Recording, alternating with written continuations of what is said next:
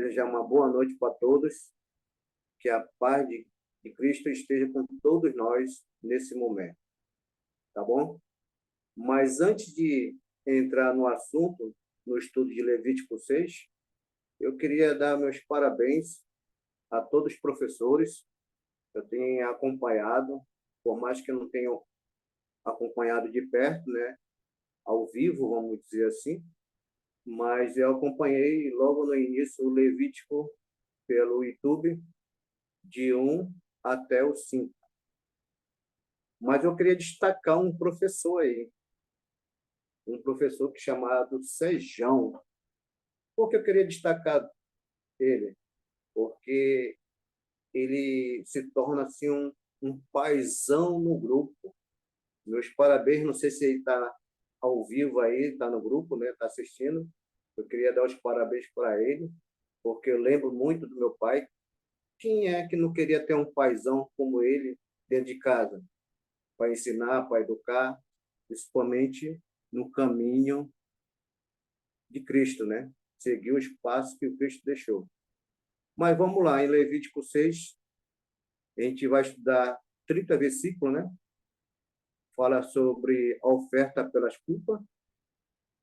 Bem dizer, a continuação do capítulo 5 fala mais ainda, mais instrução sobre a oferta nesse sentido.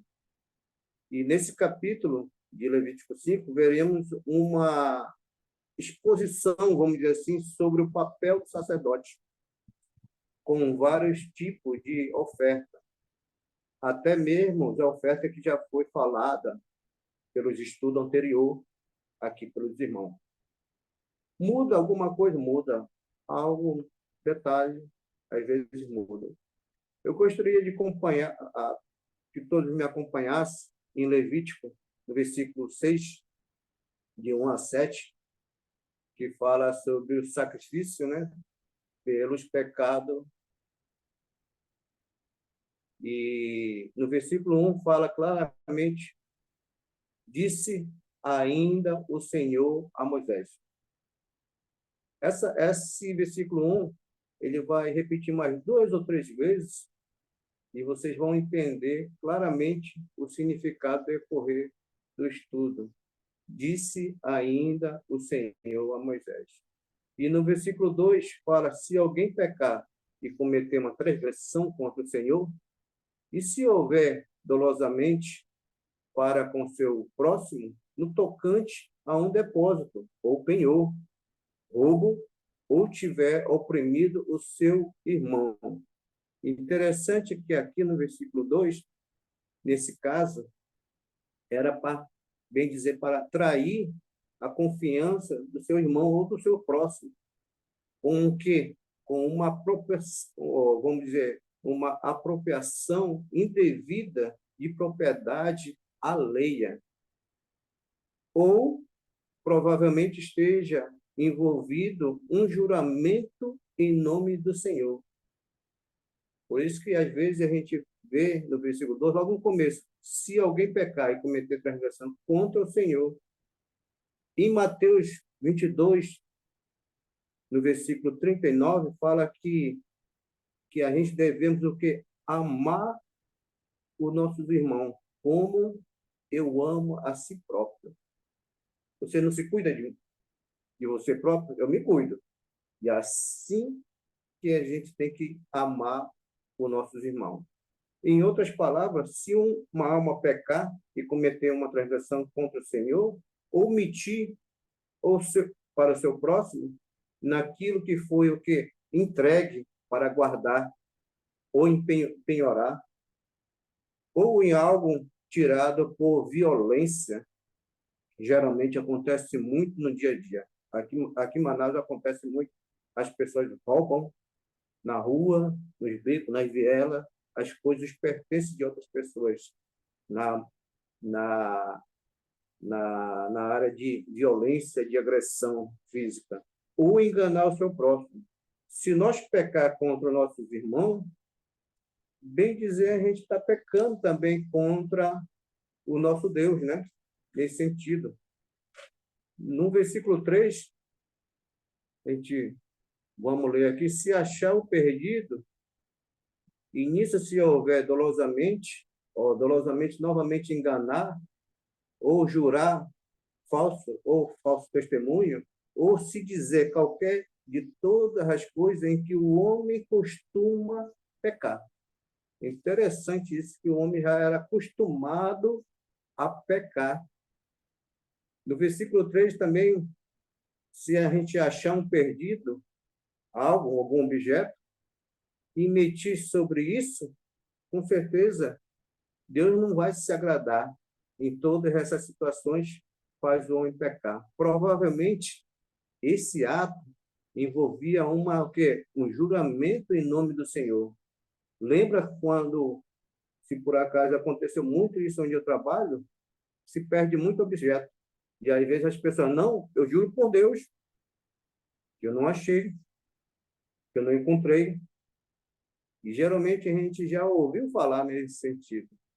No versículo 4, se pois houver pecado, se for culpado, restituirá o que roubou ou o que obteve pela opressão, novamente pela opressão, ou o depósito que lhe foi dado em guardar, para guardar, ou o perdido que foi achado. Novamente, ele fala sobre agressão, sobre oprimir as pessoas.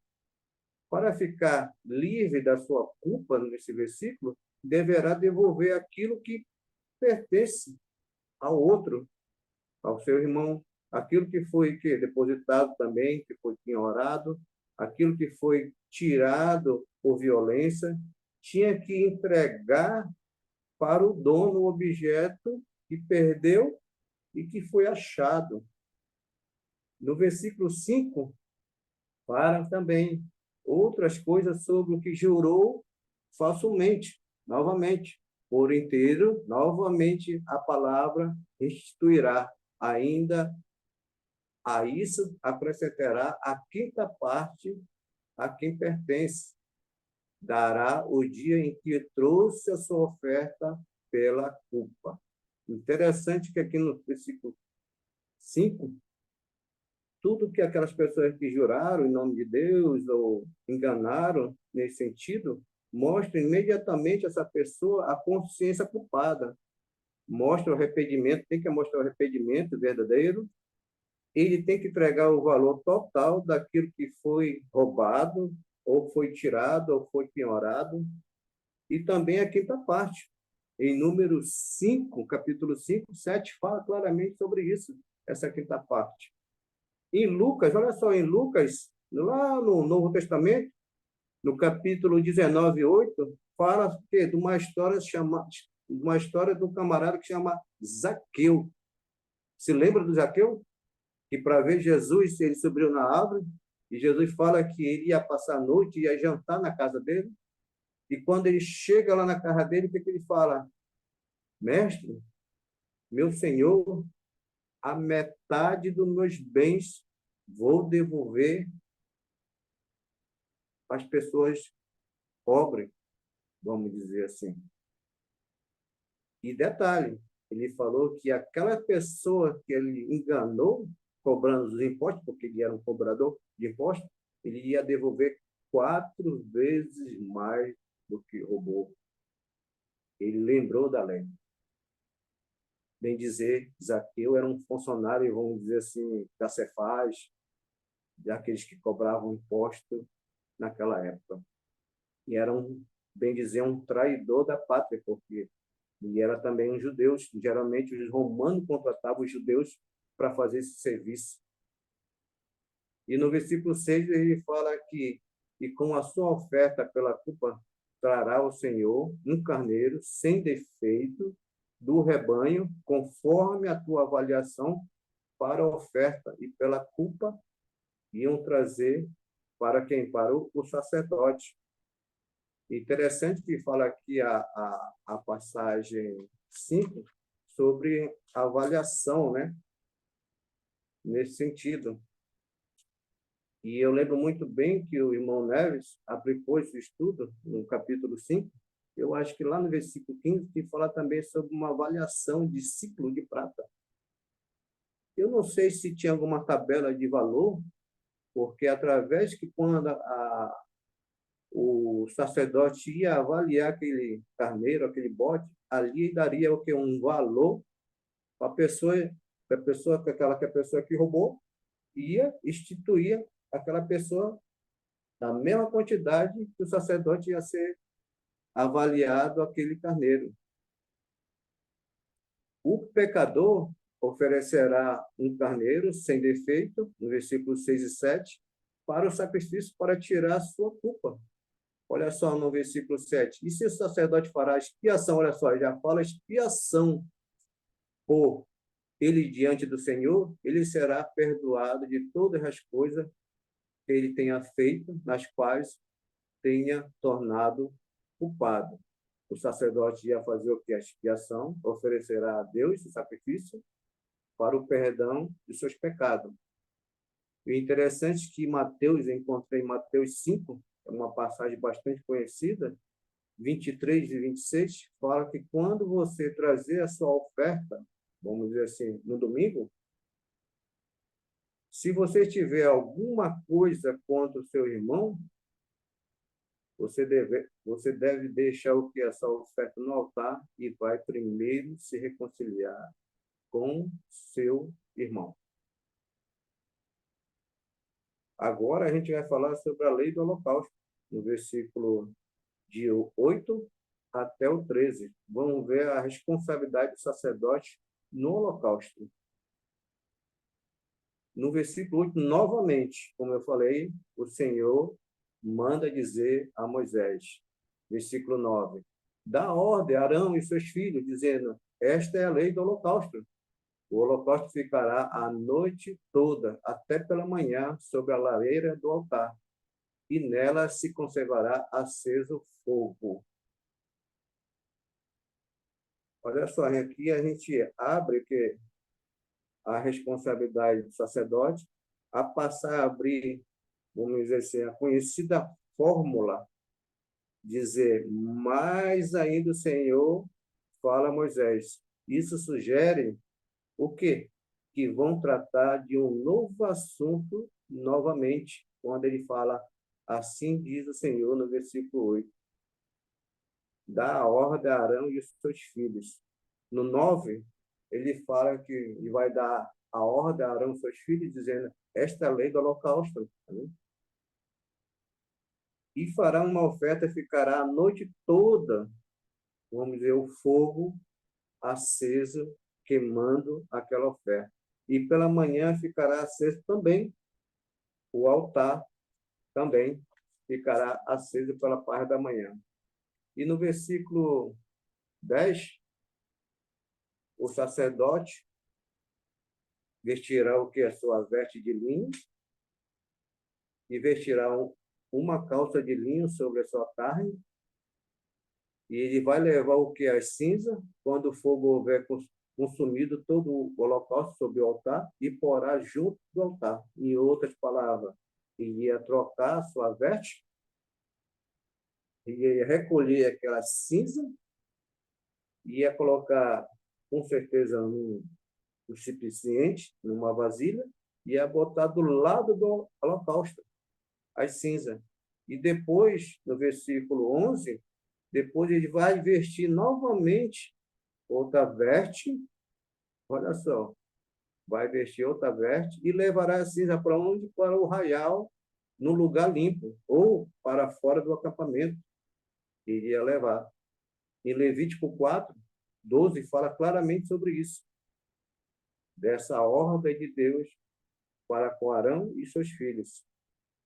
E já no versículo 12 e 13, ele fala que o fogo sobre o altar se conservará aceso, não se apagará, o sacerdote acenderá a lenha nele todos os dias pela manhã, e sobre ele porá em ordem o holocausto, e queimará as gorduras da oferta pacífica, ou uma oferta de paz.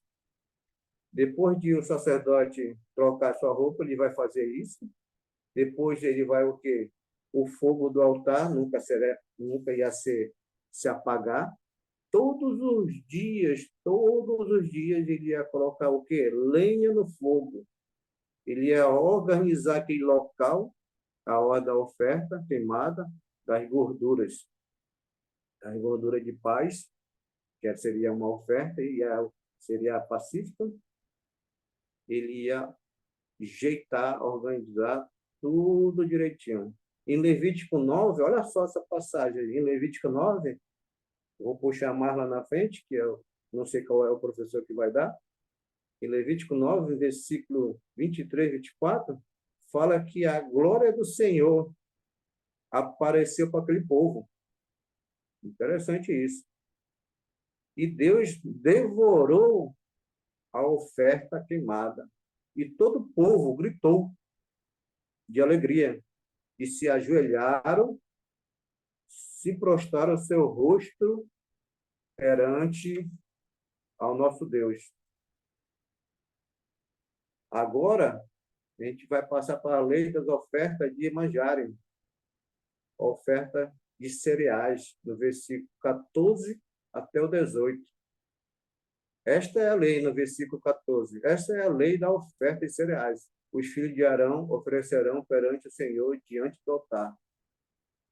No 15, o sacerdote tomará dela um punhado, isso é da flor de farinha, da oferta de cereais e do azeite da mesma, e tudo o incenso que estiver sobre o altar da oferta de cereais. E o queimará sobre o altar o cheiro suave ao Senhor como memorial da oferta. Mais uma vez, o Senhor fala que ele vai dar ordem, né? Vai falar sobre essa oferta de manjares, como está escrito, até lá no capítulo 2 de Levítico fala um pouco sobre isso. No 14, junto com seus filhos, apresentará a Deus uma oferta de manjares, ou cereais. No 15, os sacerdotes vão pegar um punhado de farinha com azeite. Dá a entender que quando fala assim, um punhado de farinha com azeite, dá para entender que é a nossa farinha ovinha aqui de Manaus, mas não é. Isso sim, essa farinha seria de trigo. E como que era feita essa farinha? Era feita com grão pilado, pilado naquele pilão de madeira, de tora de árvore, era pilado para poder fazer essa farinha de trigo. E era peneirado com uma peneira bem fina para sair mesmo aquela farinha das melhores que tem naquela época. Por isso que o irmão Davi falou que era a melhor que tem. Ele misturava, queimava no altar, com um cheiro agradável ao Senhor. Interessante isso, com um cheiro agradável. Quando eu estou aqui no quarto de casa, quando a minha esposa vai estar na cozinha, daqui do quarto já sinto o cheiro da comida que ela está fazendo. É um cheiro interessante e agradável, realmente, quando a comida é bastante feita com amor, com carinho. No versículo 16, Arão e seus filhos comerão o restante dela. Eles iam comer sem fermento, em lugar santo, no átrio da tenda da revelação. A gente tem uma foto aí sobre esse átrio da tenda da revelação, que Arão e seus filhos e os seus descendentes faziam aquele banquete para comer do lado de fora da tenda. Tem uma foto com fogo aceso e outra foto com o fogo aceso e outro apagado, o holocausto. No 17, fala que levedado não se cozirá com a sua porção das minhas ofertas queimada, tenho dado coisa santíssima, com a oferta pelo pecado e com a oferta pela culpa. E 18 fala que o varão entre os filhos de Arão comerá dela, com a sua porção das ofertas queimadas. O Senhor dará esse estatuto perpétuo, ou um estatuto para sempre, será para a vossa geração. E todo o que nela tocar será santo. Interessante isso aqui, que o sacerdote e os seus filhos, no versículo 16 e 17, vão ficar com o restante da oferta para eles, para o seu sustento, e eles vão fazer o pão que sem fermento. Com certeza era o pão que eles faziam sem fermento para comer no lugar santo, no pátio da tenda. Aí, ó, nessa parte aí, do lado do fogo, que seria um local que mais ou menos eles faziam sua refeição. E Deus permitiu para não o que usar o fermento. O fermento representou o mal e o erro no Velho Testamento. O fermento que proibia na festa da Páscoa, que comemorava a libertação da nação judaica. Em Levítico 12, 15, que fala claramente sobre isso, sobre que não poderia usar o fermento. Já no 18, todos os homens que sejam descendentes de Arão têm o direito de comer dessa oferta de manjar para sempre. As ofertas queimadas, tudo que tocar nela será santo. Em Êxodo 9, 29 e 37 fala claramente sobre isso. Somente o sacerdote poderá o quê? Tocá-lo. Até aí, alguma dúvida? Uma pergunta? Vou partir para a oferta da congregação dos sacerdotes. É uma oferta novamente de manjare a ser oferecido pelo sumo sacerdote, no 19 ou 23. Novamente, no 19, disse mais, olha só a fórmula de Deus, novo assunto. Mais uma vez o Senhor disse a Moisés, versículo 20, esta é a oferta de Arão e seus filhos, a qual oferecerão ao Senhor num dia em que ele for ungido, quando for escolher um novo sacerdote, significa ungido, a 10ª parte de uma efa de flor de farinha, com oferta de cereais, perpetuamente, a metade pela manhã e a outra metade à tarde. Numa assadeira, no 21, numa assadeira se fará com azeite, em pedaço cozido, oferecerá a oferta de cereais por cheiro suave ao Senhor. No 22, fala também que o sacerdote que entre seus filhos for ungido em seu lugar, oferecerá o estatuto novamente para sempre. Será ela toda queimada ao Senhor. No 23, assim que toda a oferta de cereais do sacerdote será totalmente queimada e não comerás. Interessante isso aí. Deus novamente manda falar para Arão, no versículo 22, ou 20, né?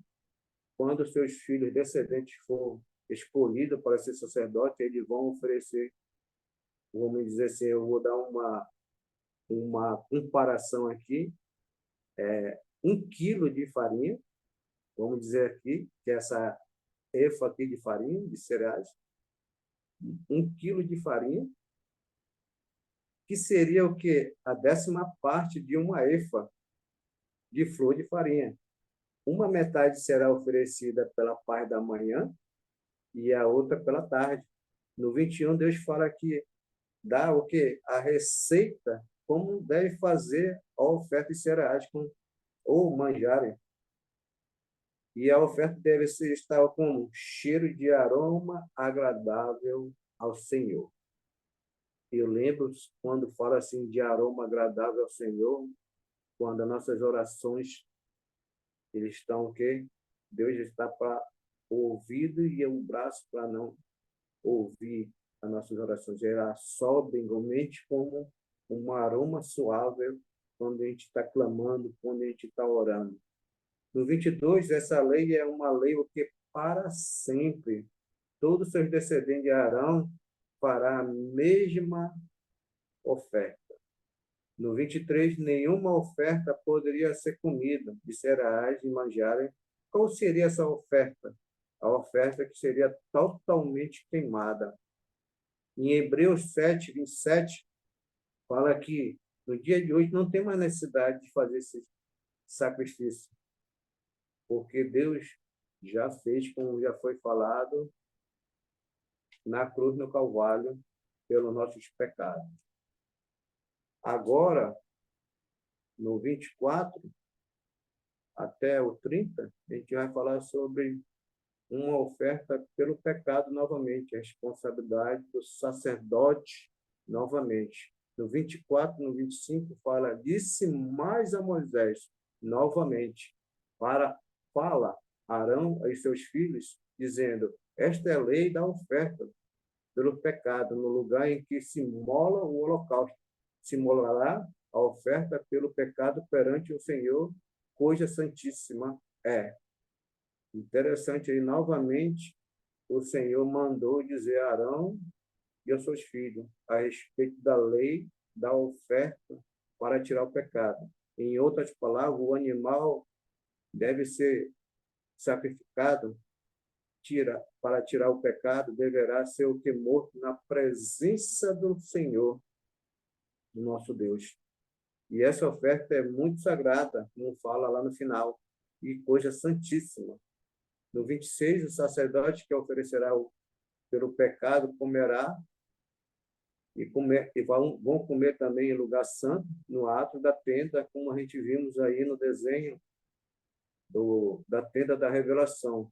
No 27, tudo que tocar na carne da oferta será santo, e com o sangue dela foi expingido ou jogado sobre qualquer roupa do sacerdote, vamos dizer assim, ele deveria lavar no lugar santo a roupa sobre a qual ele tive sido expingido, tive melado de sangue. No 28, fala aqui também que o vaso de barro, olha só, se vaso de barro em que for cozido será quebrado. Se eu for fazer aqui em casa, quebrar as panelas da minha esposa, elas vão bater. Não pode, mas naquela época tem que ser feita conforme Deus quer. E se for cozido em vaso de bronze, será esfregado e levado na água. Já do 9, todo varão entre os sacerdotes comerá dela, coisa santíssima é.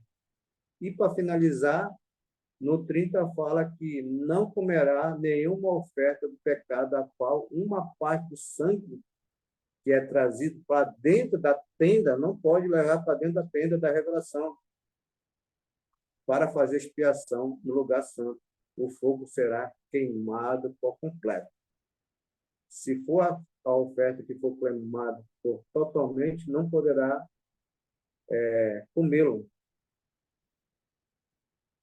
O sacerdote que deverá comer a carne em um lugar santo, como foi falado no pátio, somente o sacerdote poderá tocar na carne. Interessante isso aí.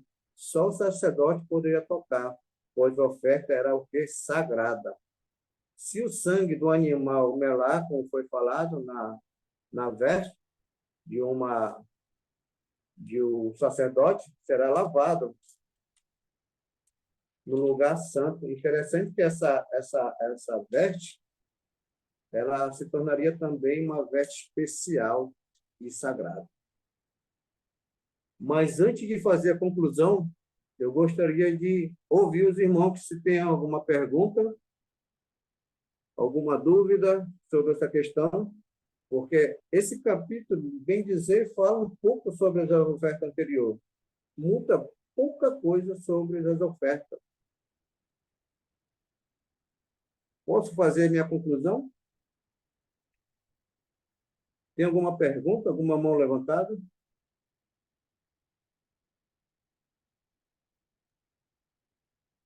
Nenhuma mão levantada, Rada. Posso continuar, né? Amém. A conclusão, tem alguém? A conclusão de hoje mexeu muito comigo. O decorrer dos minutos que se passam, vocês vão entender. Mas eu quero fazer uma pergunta para todos nós. Quantas pessoas ou irmãos já tentaram desistir da fé? Desistir de tudo, desistir da comunhão, desistir da irmandade, desistir de Cristo. E eu conheço bastante sobre nessa questão. Muitos irmãos estão longe da comunhão, muitos já votaram, outros não. Mas não se esqueçam dessa pergunta, do decorrer dessa conclusão. Se a gente for ler lá no versículo 12 e o 13, fala que o fogo do altar, ele não vai se apagar, porque o sacerdote ia o quê? Jogar lenha. E no 13 fala que o fogo conservará continuamente aceso sobre o altar e não se apagará. E eu faço uma pergunta novamente, uma questão. O fogo, ele tem cheiro? Vocês já sentiram o cheiro do fogo? O fogo não tem cheiro. Para quem está descobrindo pela primeira vez, o fogo, ele não tem cheiro. O que tem cheiro são duas coisas. É a fumaça e o fruto do que foi queimado. Novamente, o fogo não tem cheiro. São duas coisas que têm cheiro. A fumaça e o produto, o material, o fruto que está sendo consumido pelo fogo. O fogo aumenta o cheiro que está sobre ele. Interessante isso. Vamos dar um exemplo da nossa churrasqueira. Para a gente acender o fogo, precisa do quê? Do combustível para acender. Às vezes a gente usa o quê? Isqueiro, fósforo, álcool, até mesmo gasolina, querosene, óleo para acender esse fogo da nossa churrasqueira. Mas o que tem a ver com o nosso estudo? Na verdade, o fogo, a gente vai entender mais adiante, é o nosso relacionamento com Deus aqui, no dia de hoje. Lá em Tessalonicenses, capítulo 5, 19, o apóstolo fala que não apagareis o Espírito que está dentro de nós. Quem é esse Espírito que está dentro de nós? Não é o Espírito Santo que habita em nós? Em 1 Pedro, capítulo 2, versículo 9, fala que todos nós somos o quê? Sacerdotes aqui na terra. Não é verdade? Todos nós somos sacerdotes, representantes, ministros de Deus. Devemos o quê? Nesse momento, levar lenha para o fogo, para não se apagar. Em 1 Coríntios, capítulo 9, 19, fala que o nosso corpo é o quê? Agora, nesse exato momento, é santuário do Espírito Santo. Eu quero dizer, nessa noite, para todos os irmãos e para mim, que a gente tem que ter um relacionamento com Deus, não somente no domingo, de domingo a domingo.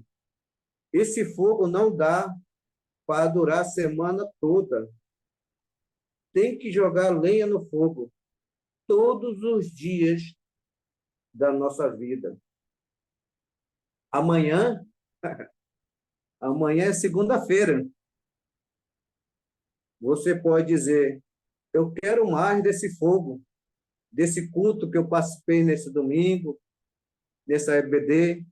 Eu quero sentir mais. E Deus vai dizer para você, traz lenha, traz lenha. Vem para perto de mim. Não se esqueça de mim. Venha para perto. Tem pessoas do nosso meio, na nossa comunhão, no nosso estado, onde a gente está morando, que está vivendo com cinza.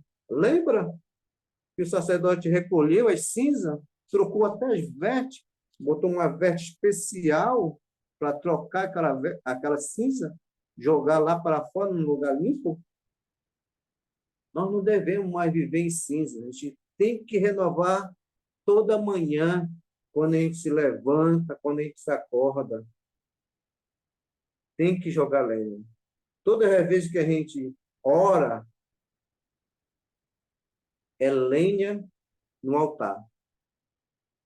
Rapaz. Todas as vezes que Radamés se arrepende dos seus pecados, é lenha no altar. Todas as vezes a gente, quando adora a Deus em espírito e em verdade, é lenha no altar. O fogo não vai se apagar.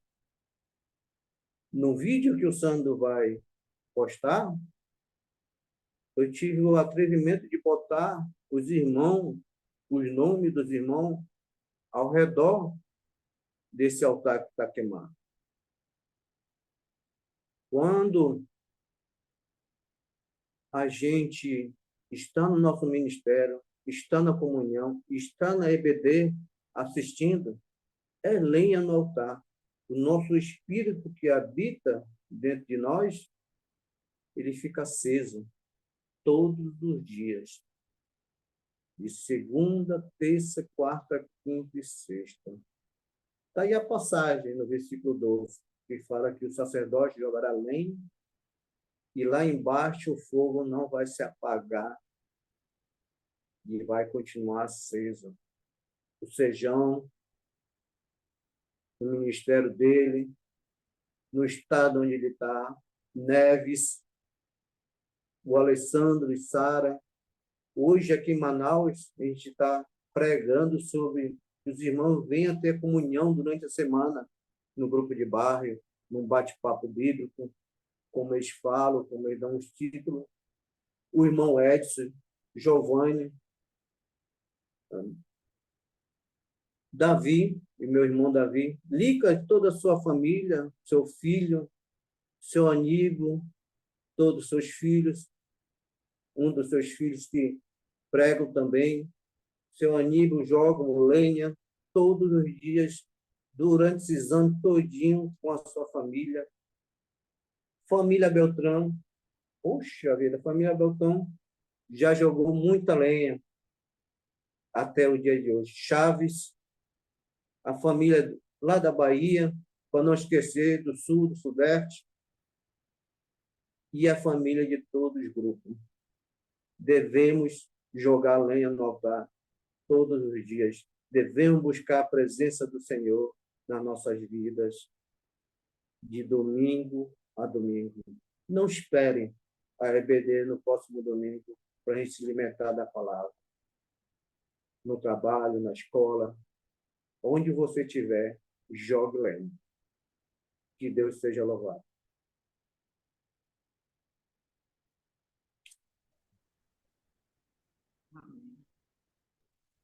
Amém. Algum comentário, pergunta? Agora, após a Amém. conclusão. Amém. Ok, então, passar a palavra para o Claudemiro. O Claudemiro vai nos conduzir na oração final. E Giovanni, após a oração final, tem alguma coisa para colocar a respeito de... Da oração é orar pelo Haroldo, que é o genro da Giane, para que ele e os irmãos lá toquem a congregação na casa da Giane ou um outro local, mas não deixe de haver congregação lá. Orar pelo esposo dela, Zé Maria, que é um homem muito doente, necessitado de cuidados. Orar pela filha dela e pelos netos dela. E estou feliz pela Giane, ela descansou. Está com Deus, ela está muito bem, graças a Deus. Nos ensinou muito a perseverança, a fé na luta dela. Nos deu muitas lições. Foi uma excelente irmã guerreira e debilitada em momento algum, nunca houve queixas, lamentações. Havia talvez murmurações, mas lamentações, mas é tranquilo, normal. E estou feliz por ela. Estava sofrendo no contato diário, sofrendo muito. E Deus deu descanso para ela na glória do Senhor. E o sofrimento dela, a luta dela foi, para mim e para todos nós, nesses 3 anos aí, de grande motivação, exortação para seguirmos no caminho. Ela está nos esperando agora. Sim, Vamos adormecida no caminhar. Senhor, aguardando Amém. a volta de Jesus. Amém. Paulo, irmão Valdivino, aí depois eu passo a palavra para o irmão Claudemiro, para finalizar com a oração. E lembrando, depois da oração, não desligue, não saia, tem alguns livros aqui para a gente sortear para os irmãos, tá? Eu vou ser muito Paulo, rápido, irmão. Só agradecer ao Radamés aí a leitura que ele fez, foi muito boa, a explicação excepcional, aí a conclusão essencial para que a gente permaneça sempre no Senhor, na luz. Agradecer a todos os irmãos, as orações que cada um fez pela irmã Giane aí também. É o que o irmão Giovanni disse, né? Obrigado, irmão Giovanni, pela sua dedicação e estar sempre nos deixando no ciente de tudo que está ocorrendo na Irmandade, né? Essa dedicação tua aí nos faz sempre fortalecer e agradecer a Deus aí pela vida da irmã. Aqui, a igreja aqui sensibilizou bastante depois que o irmão Giovanni trouxe a notícia, eu passei para os irmãos, eles estão todos orando pelas famílias, né? E que a congregação realmente na casa dela dê continuidade nesse trabalho que ela iniciou aí na casa dela, né? Então, Alessandro, Glória muito a obrigado Deus, irmão. Glória a Deus. Nome... pela E a mensagem dela de despedida para vocês está posta aí. Até nisso ela se preocupou com É, cada irmão e cada irmã. Deixar uma foi muito mensagem, me pediu para assim que ela partisse, ela sabia que ia partir um dia, que eu deixasse, transmitisse a postagem que ela me mandou para vocês. muito bom. amém. Eu li. Eu coloquei para todos aí também depois, irmão. Peguei as suas. Legal. Amém. Irmão Valdivino, Parabenizar o professor de hoje pela estudo que ele deu e aplicação muito boa para nós não deixarmos a lenha apagar o fogo, né? Temos que sempre estar ativo e esperto nisso aí. E sobre a morte da Giane, que Deus console os familiares. Eu tive o prazer de fazer a visita para ela na residência dela. Nós oramos lá, eu, o Alex, o Kleber, tinha uns 4, 5 pessoas no momento antes de começar a oração. O esposo dela chegou, desceu da moto e tal, e ele ficou do meu lado, pegando, nós demos a mão uns para o outro, aí o Alex procurou se podia orar, e ele falou que sim. Nós oramos, foi muito... A oração do Alex só de choro, ele não conseguiu nos anunciar uma palavra. Foi de uns 2 minutos ou 3 chorando.